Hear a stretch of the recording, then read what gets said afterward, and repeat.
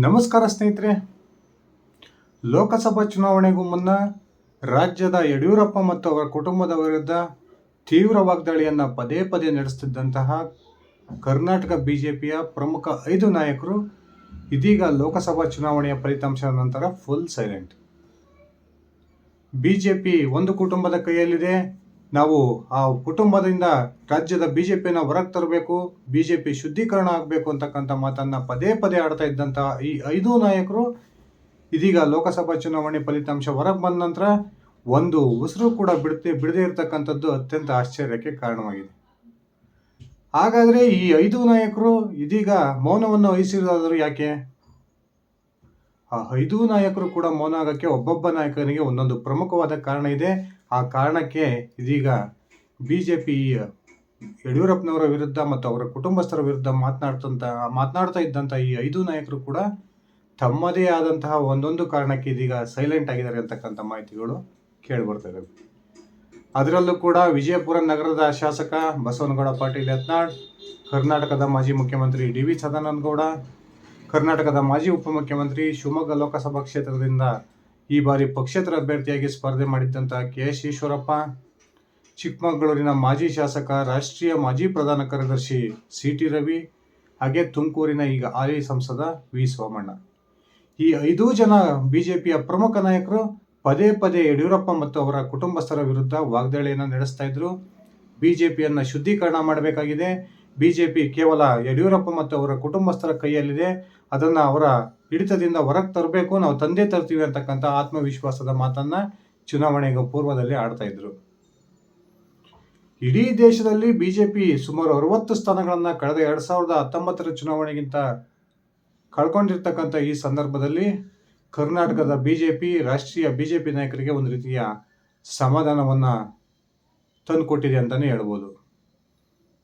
ಕರ್ನಾಟಕದಲ್ಲಿ ಬಿಜೆಪಿ ಅಭ್ಯರ್ಥಿಗಳು ಸ್ಪರ್ಧೆ ಮಾಡಿದ್ದಂತಹ 25 ಲೋಕಸಭಾ ಕ್ಷೇತ್ರಗಳ ಪೈಕಿ 17 ಲೋಕಸಭಾ ಕ್ಷೇತ್ರಗಳನ್ನ ಗೆಲುವು ಕಾಣೋದ್ರ ಮೂಲಕ ರಾಷ್ಟ್ರೀಯ ಬಿಜೆಪಿ ನಾಯಕರು ಕರ್ನಾಟಕದ ಒಂದು ಫಲಿತಾಂಶವನ್ನು ಕುರಿತು ಅತ್ಯಂತ ಸಂತುಷ್ಟರಾಗಿದ್ದಾರೆ ಅಂತಕ್ಕಂಥ ಮಾತುಗಳು ಕೇಳಿ ಬರ್ತಾ ಇದ್ದಾವೆ.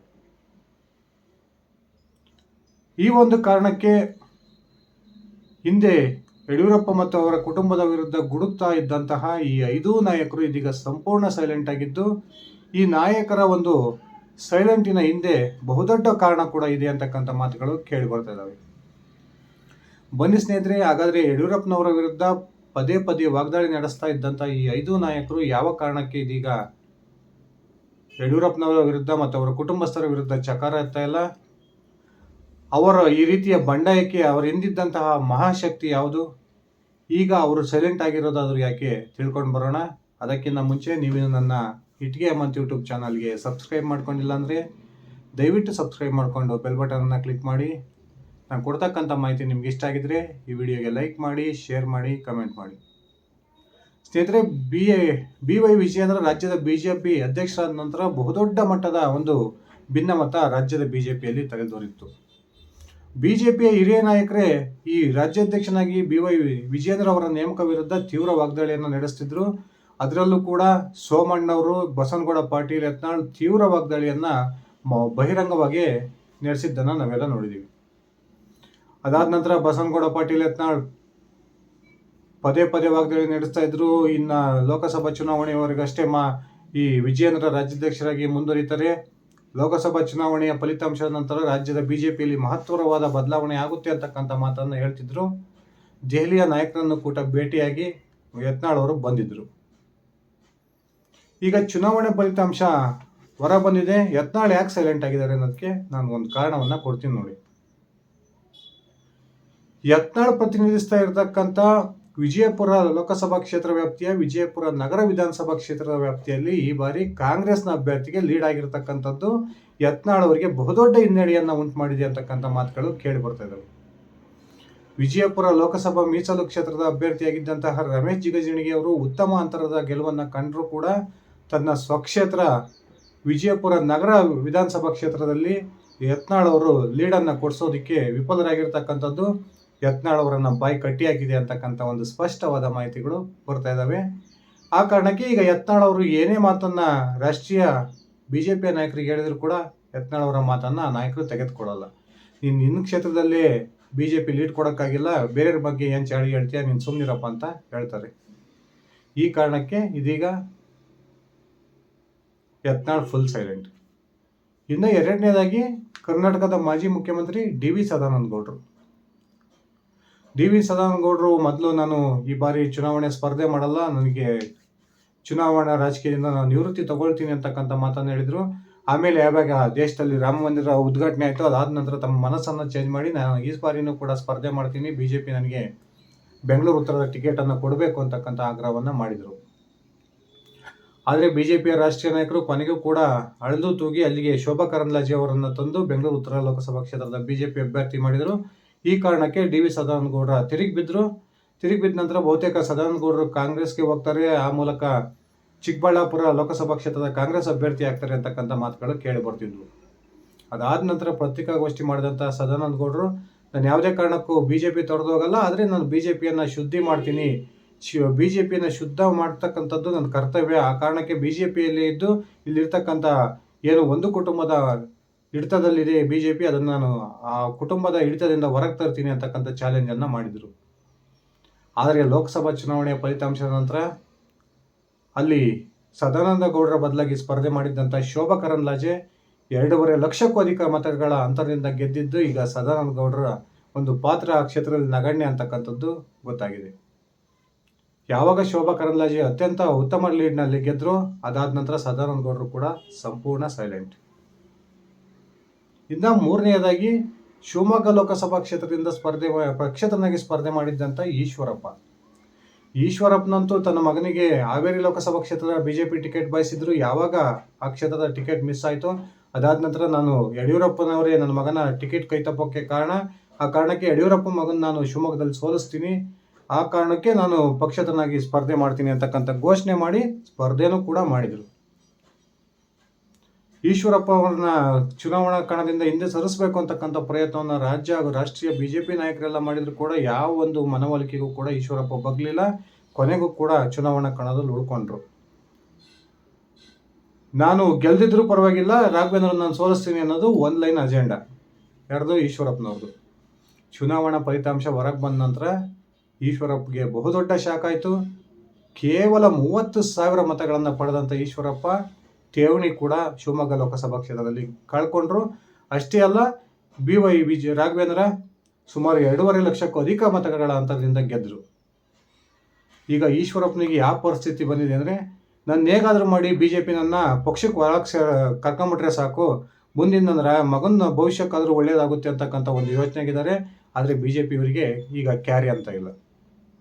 ಆ ಕಾರಣಕ್ಕೆ ಈಶ್ವರಪ್ಪ ಕೂಡ ಈಗ ಯಡಿಯೂರಪ್ಪನವ್ರ ವಿರುದ್ಧ ಮಾತನಾಡ್ತಕ್ಕಂಥ ಪರಿಸ್ಥಿತಿಯಲ್ಲಿ ಇಲ್ಲ. ಇನ್ನು ಚಿಕ್ಕಮಗಳೂರಿನ ಮಾಜಿ ಶಾಸಕ, ರಾಷ್ಟ್ರೀಯ BJPಯ ಮಾಜಿ ಪ್ರಧಾನ ಕಾರ್ಯದರ್ಶಿ CT ರವಿ, ಇವರು ಕೂಡ ಚಿಕ್ಕಮಗಳೂರು ಲೋಕಸಭಾ ಕ್ಷೇತ್ರದ ಟಿಕೆಟ್ ಆಕಾಂಕ್ಷಿಯಾಗಿದ್ದರು. ಅಲ್ಲಿಗೆ ಕೋಟಾ ಶ್ರೀನಿವಾಸ ಪೂಜಾರಿಗೆ BJP ಟಿಕೆಟನ್ನು ಕೊಡ್ತು. ಅದಾದ ನಂತರ ಮಾಧ್ಯಮಗಳೊಂದಿಗೆ ಮಾತನಾಡಿದಂಥ CT ರವಿ, ನನ್ನ ಮನಸ್ಸಿಗೆ ಸಾಕಷ್ಟು ನೋವಾಗಿದೆ, ಈ ನೋವಾಗಿರ್ತಕ್ಕಂಥದ್ದನ್ನೆಲ್ಲ ನನ್ನ ಪಕ್ಷದ ನಾಯಕರೇ ನನ್ನ ತುಡಿಯೋ ಪ್ರಯತ್ನಕ್ಕೆ ಕೈ ಹಾಕಿದ್ದಾರೆ, ನನ್ನ ಅಸಮಾಧಾನವನ್ನು ನಾನು ಚುನಾವಣೆ ನಂತರ ಹೊರಹಾಕ್ತೀನಿ ಅಂತಕ್ಕಂಥ ಮಾತನ್ನು ಮಾಧ್ಯಮಗಳ ಮುಂದೆ ಹೇಳಿದರು. ಆದರೆ ಯಾವಾಗ ಚಿಕ್ಕಮಗಳೂರು ಲೋಕಸಭಾ ಕ್ಷೇತ್ರದ ಚುನಾವಣಾ ಪ್ರಚಾರಕ್ಕೆ ಯಡಿಯೂರಪ್ಪನವರು ಹೋದರು, ಆ ಸಂದರ್ಭದಲ್ಲಿ ಯಡಿಯೂರಪ್ಪನವರು ಓಪನ್ ವೇದಿಕೆಯಲ್ಲಿ ಒಂದು ಭರವಸೆಯನ್ನು CT ರವಿ ಅವರಿಗೆ ಕೊಟ್ಟಿದ್ದರು. ನಿಮ್ಮನ್ನು ಶೀಘ್ರದಲ್ಲಿಯೇ ರಾಜ್ಯದ ವಿಧಾನ ಪರಿಷತ್ಗೆ ನೇಮಕ ಮಾಡೋದ್ರ ಮೂಲಕ ನಿಮಗೆ ಒಂದು ಉತ್ತಮ ಸ್ಥಾನವನ್ನು ರಾಜ್ಯ ರಾಜಕಾರಣದಲ್ಲಿ ತಂದು ಕೊಡ್ತೀನಿ ಅಂತಕ್ಕಂಥ ಮಾತನ್ನು ಹೇಳಿದರು. ಇದೀಗ ಯಡಿಯೂರಪ್ಪನವರು ಕೊಟ್ಟ ಮಾತಿನಂತೆ ಈ ವಿಧಾನ ಪರಿಷತ್ಗೆ ಈಗ CT ರವಿ ಅವರನ್ನು ನಾಮನಿರ್ದೇಶನ ವಿಧಾನಸಭೆಯಿಂದ ವಿಧಾನ ಪರಿಷತ್ಗೆ ನೇಮಕ ಮಾಡಲಾಗಿದೆ. ಬಹುತೇಕ ವಿಧಾನ ಪರಿಷತ್ತಿನ ವಿರೋಧ ಪಕ್ಷದ ನಾಯಕನನ್ನಾಗಿ ಕೂಡ CT ರವಿ ಅವ್ರನ್ನ ಆಯ್ಕೆ ಮಾಡ್ತಾರೆ ಅಂತಕ್ಕಂಥ ಮಾತುಗಳಿದ್ದಾವೆ. ಆ ಕಾರಣಕ್ಕೆ ಬಹುತೇಕ ಯಡಿಯೂರಪ್ಪ ವಿರೋಧಿ ಬಣದಲ್ಲಿ ಗುರುತಿಸ್ಕೊಂಡಿದ್ದಂತಹ CT ರವಿ ಬಹುತೇಕ ಈಗ ಯಡಿಯೂರಪ್ಪನವರ ಪರವಾಗಿ ಬ್ಯಾಟಿಂಗನ್ನು ಮಾಡೋದಕ್ಕೆ ಸ್ಟಾರ್ಟ್ ಮಾಡಿದ್ದಾರೆ. ನಿನ್ನೆ ತಾನೇ ಯಡಿಯೂರಪ್ಪನವರ ಬಂಧನ ಕೇಸ್ ಆಗುತ್ತೆ ಅಂತಕ್ಕಂಥ ಸಂದರ್ಭದಲ್ಲಿ CT ರವಿ ಯಡಿಯೂರಪ್ಪನವ್ರ ಪರವಾಗಿ ಮಾತಾಡಿದ್ದನ್ನು ನಾವೆಲ್ಲ ನೋಡಿದ್ದೀವಿ.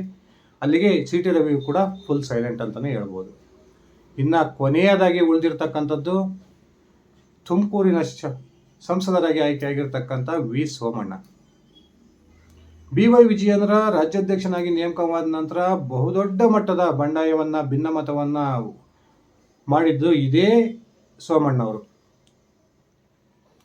ಬಹುತೇಕ ಸೋಮಣ್ಣವರಿಗೆ ತುಮಕೂರು ಲೋಕಸಭಾ ಕ್ಷೇತ್ರದ ಟಿಕೆಟ್ ಕೂಡ ಕೈ ತಪ್ಪುತ್ತೆ ಅಂತಕ್ಕಂಥ ಮಾತುಗಳಿದ್ವು. ಯಡಿಯೂರಪ್ಪ ತನ್ನ ಅತ್ಯಾಪ್ತನಾಗಿರ್ತಕ್ಕಂಥ JC ಮಾಧುಸ್ವಾಮಿ ಅವರಿಗೆ ಅಲ್ಲಿ ಟಿಕೆಟನ್ನು ಕೊಡಿಸ್ತಾರೆ ಅಂತಕ್ಕಂಥ ಒಂದು ಚರ್ಚೆಗಳು ಕೂಡ ನಡೀತಿದ್ವು. ಆದರೆ ಯಡಿಯೂರಪ್ಪನವರು ಯಾವಾಗ ತನ್ನ ಪರಮ ಶಿಷ್ಯನನ್ನು ದೂರ ಇಟ್ಟು ವಿ ಸೋಮಣ್ಣವರಿಗೆ ತುಮಕೂರು ಲೋಕಸಭಾ ಕ್ಷೇತ್ರದ ಟಿಕೆಟನ್ನು ಕೊಡಿಸಿದ್ರು.